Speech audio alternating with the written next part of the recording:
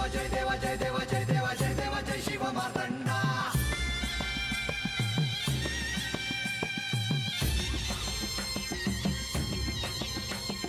जय देवा जय देवा जय देवा जय देवा जय देवा जय शिव मार्तंडा.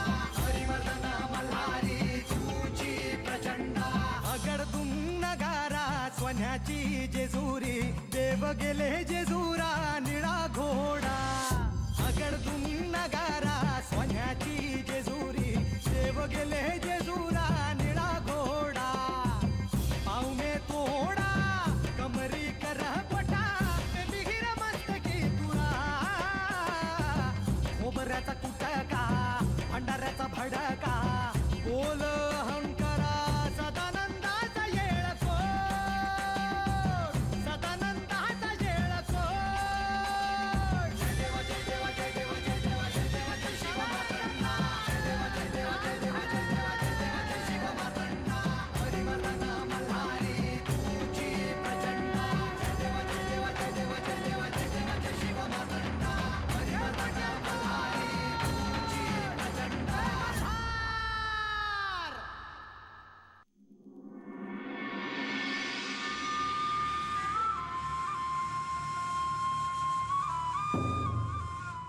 आता ह्यो आबा बी माझ्या लग्नाचं खूळ डोसक्यात घेऊन बसला आहे.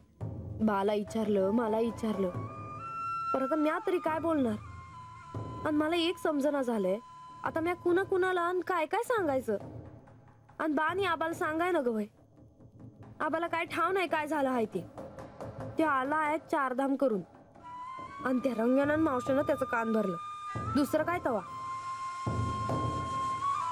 आणि मला एक कळत नाही जर माझं लगीन खंडोबा संगत होणार आहे तर मग बाई एकदाच समजासनी ते सांगत का नाही. जे आज ना उद्या होणार आहे ते कशा पाहिला लपवायचं. पर माझं त्यांच्या संगत लगीन होणार हे तरी मला नेमकं कुठं ठाव आहे. महाराज म्हणले होते की लगीन होणार. त्यांना ठाव आहे की मी त्यांचा विचार न करता माझं जगणं दिसतं जगणंच नाही. ते म्हणले की लगीन होणार तेव्हापासून माझ्या डोसक्यात हे लग्नाचा विचार दिस असो रात असो चालूच असतोय. आणि आता असं असताना आता मंदीच महाराज का बरं असं म्हणले असतील की हे लगीन होणं सोपं नाही. काय सांगायचं असेल महाराजांना. माझं आणि खंडोबाचं लगीन होणार का नाही विचार करून करून माझं डोसकं फुटायची वेळ आली आहे. त्यांचा विचार न करता माझं येळच जात नाही. आणि असं काय झालं तर मी काय करावं. कुणाकडे जावं आणि कोणाला सांगावं माझ्या मनात काय चालू आहे ते.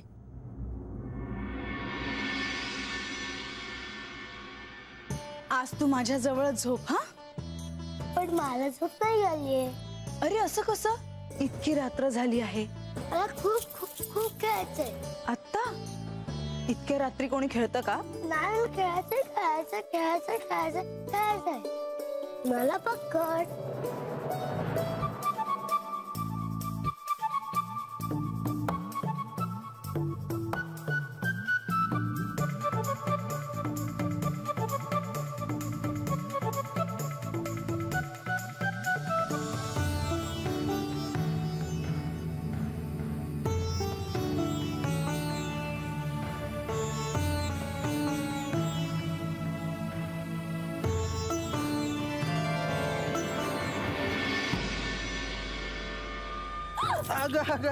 दमाना दमाना दमाना.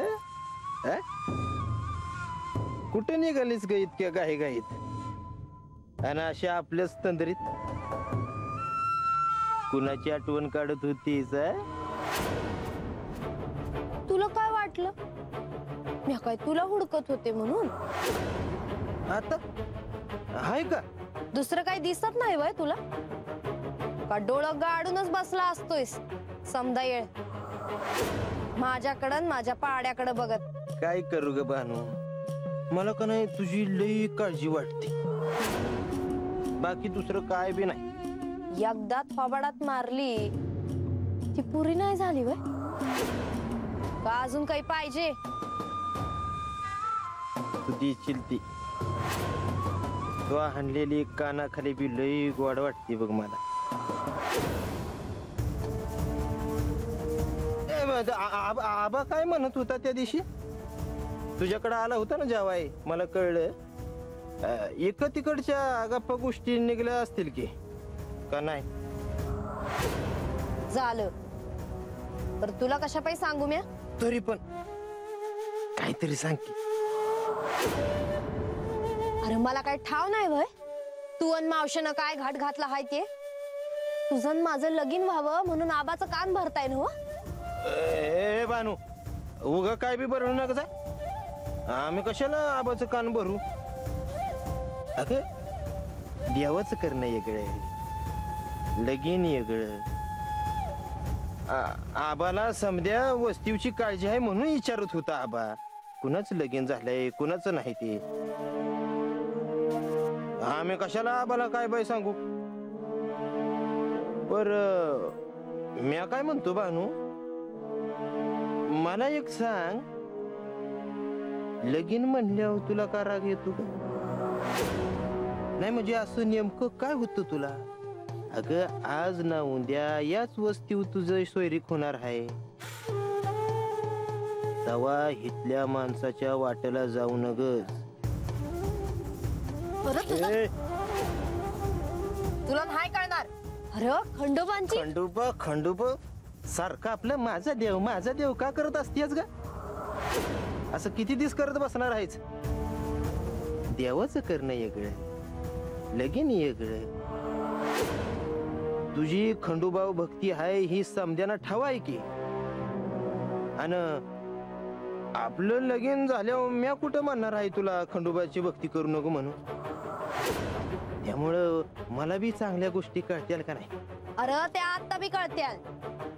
जरा डोसकं ठिकाणावर ठेवून वागलास ना तर 4 गोष्टी येतील ध्यानात तुझ्या. आणि तुला आत्ताच सांगून ठेवते रंग्या, माझ्या नादी लागू नगस. मंजीने अडवलं म्हणून आता तवाच मारला असता तू.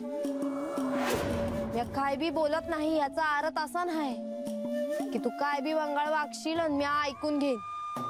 ध्यानात ठेव.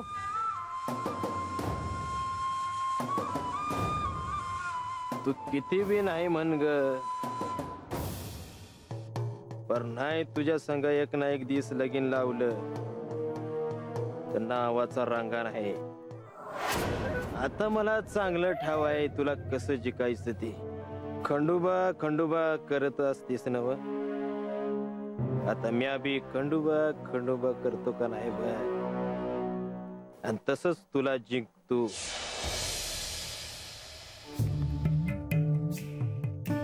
किती दमवलंस रे मला लब्बाड.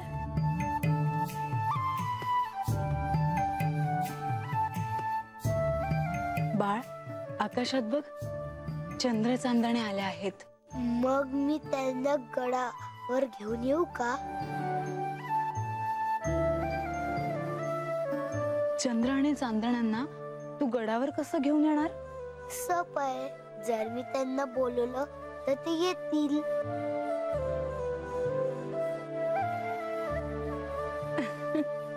आपण जर असंच बोलत बसलो तर सकाळ होईल. चल झोप बरं. ये.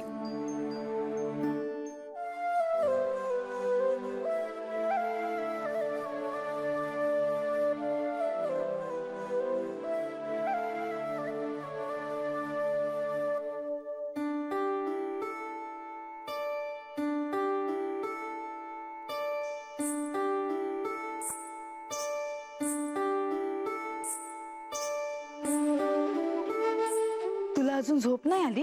नाही, मला तर गोष्ट सांग. तुला गोष्ट ऐकायची आहे?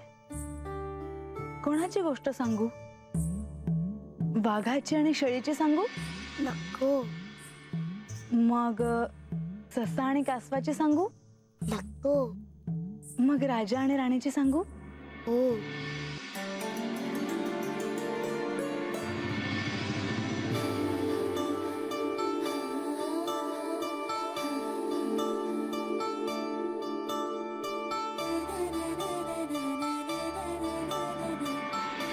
एक असतो राजा आणि एक असते राणी.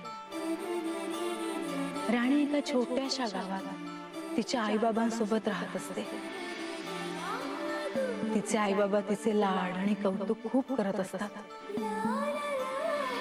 राणीला तिचा राजा कसा आहे हे माहित नव्हतं, तो कोण आहे हे माहित नव्हतं, पण ती त्या राजाचाच विचार करायची, ती त्याचीच पूजा करायची.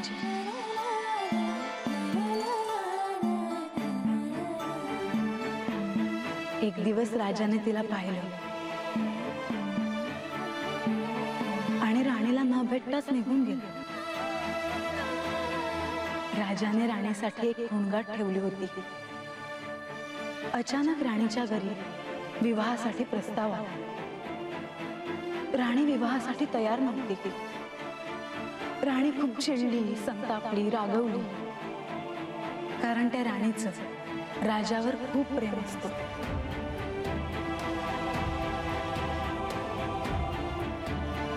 आणि ती खुणगाठ त्या राजाचीच आहे याची साक्ष तिला पटते. मग तिला खूप आनंद झाला का? हो, पण तिला रागही आला होता, कारण त्यांनी विवाहाच्या बोलण्यासाठी खुणगाठ आणायला सांगितली होती. राणीच्या आई वडिलांनी राजाकडे बोलण्यासाठी जायचे ठरवले. राणीने राजासमोर आल्यावर त्या खूणगाठीची साक्ष पटवून देण्याचा आग्रह धरला. माझ्याकडे जी वस्तू आहे तशीच वस्तू त्यांच्याकडे असेल तर ही साक्ष पटली हे मी मान्य करते. त्या खूणगाठीची साक्ष पटली. दोघांची दृष्टादृष्ट झाली.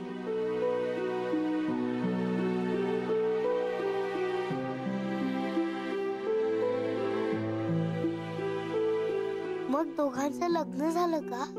हो, झालं ना, पण खूप अडथळे होते. इतकं सोपं नव्हतं ते. मग लग्न कसं झालं? खूप भव्य दिव्य, कशाचीच कमी नव्हती. असंख्य जनसमुदाय, देवी देवता, गणगंधर्व सगळ्यांच्या साक्षीने विवाह झाला होता.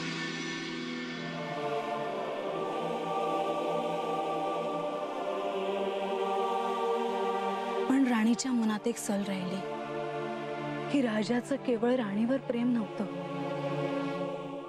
तर तितकंच प्रेम त्याचं अजून कोणावर तरी होतं, किंवा अजून जास्त.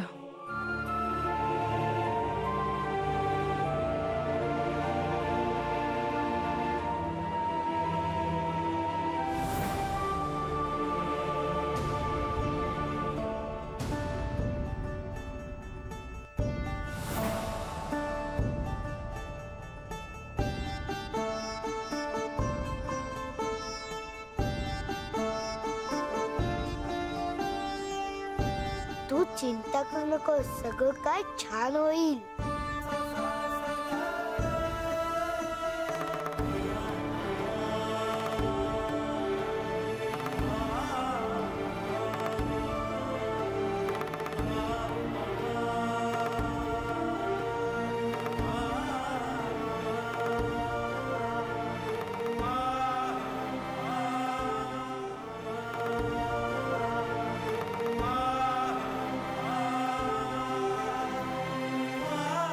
तुला जायचं होतं तर मग का आलास?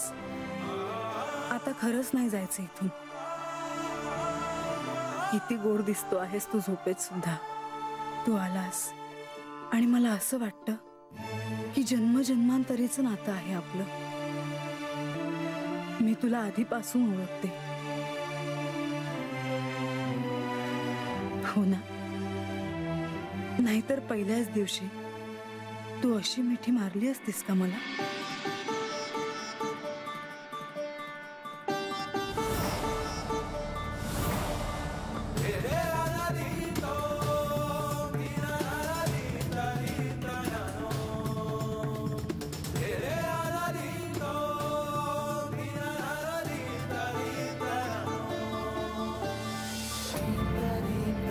म्हासा,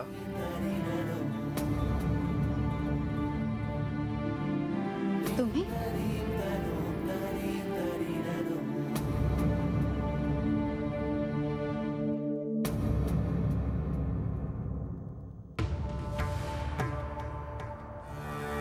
म्हाळसा, हळू बोला.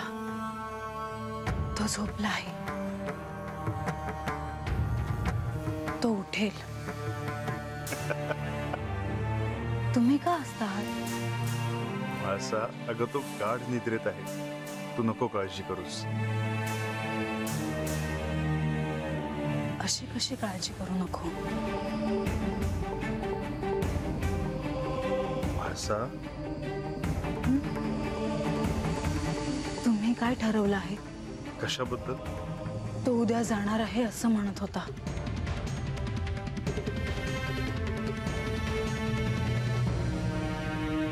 म्हाळसा, काही दिवस आलेल्या मुलांमध्ये तू इतकी गुंतली आहेस.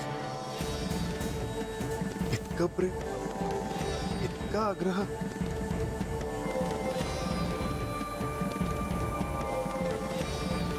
पण मी त्याच्याशिवाय नाही राहू शकत.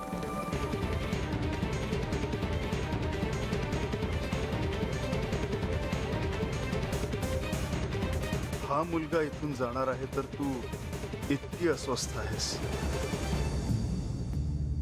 पण उद्या जर मी इथून निघून गेलो तर?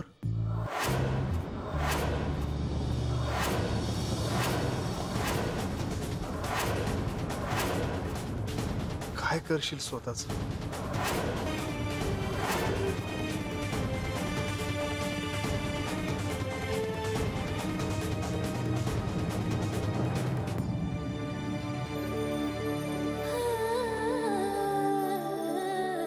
तुम्ही कुठे चालला आहात? मी तुम्हाला कुठेही जाऊ देणार नाही.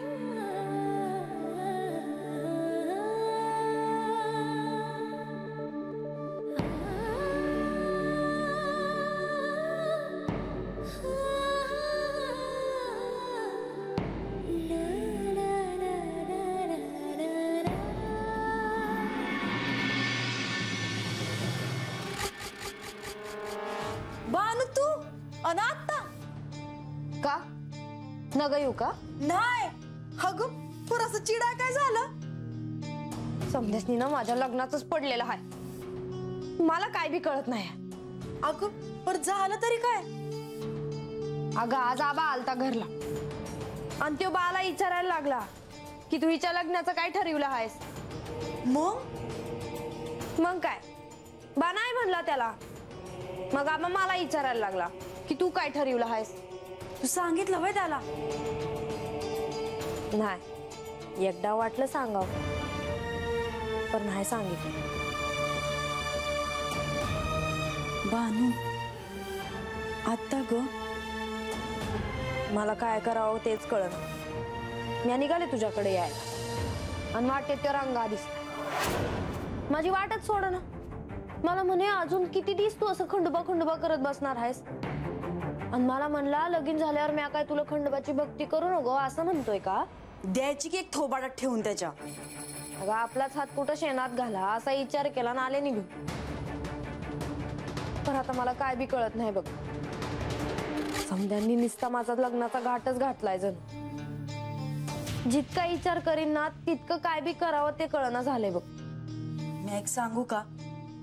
यातनं बाहेर पडायचं असेल ना तर खंडोबासनी विचारून टाक एकदाच. भरती नाही म्हणले तर तवाचा तवा बघता येईल. आता त्याचा विचार नका करूस. मी आता म्हणते उद्या दिस उगवला ना का विचारून टाकते असनी काय.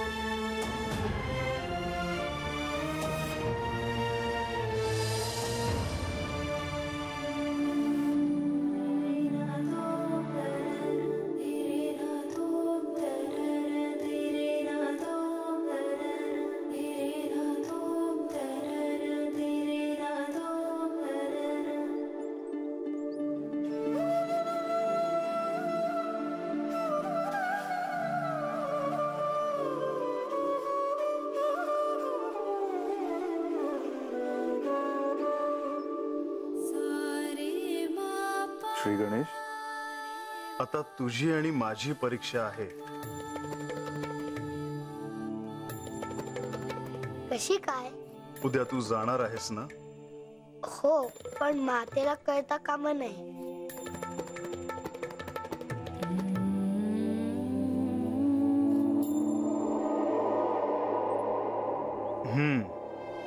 नाहीतर तुझं जाणं अतिशय अवघड होईल. श्री गणेश, काय झालं? कसला विचार करतो आहेस? मला जेजुरी खूप आवडली. ही जागा खूप सुंदर आहे. मी समजू शकतो की इथे तुला थांबण्याचा मोह होतो आहे, पण जायला तर पाहिजे. पण श्री गणेश, तुला पुन्हा इथे यायचं आहे. हो, मी पुन्हा येईल. श्री गणेश, इथून जाताना एक सुचवायचं आहे. काय? श्री गणेश, इथून गेल्यावर कैलासात जाण्याआधी तू चंदनपुरीला जावं अशी माझी इच्छा आहे. हो, नक्की जाईल. आणि जयाद्रीला म्हणजेच बानूला नक्की भेटेल.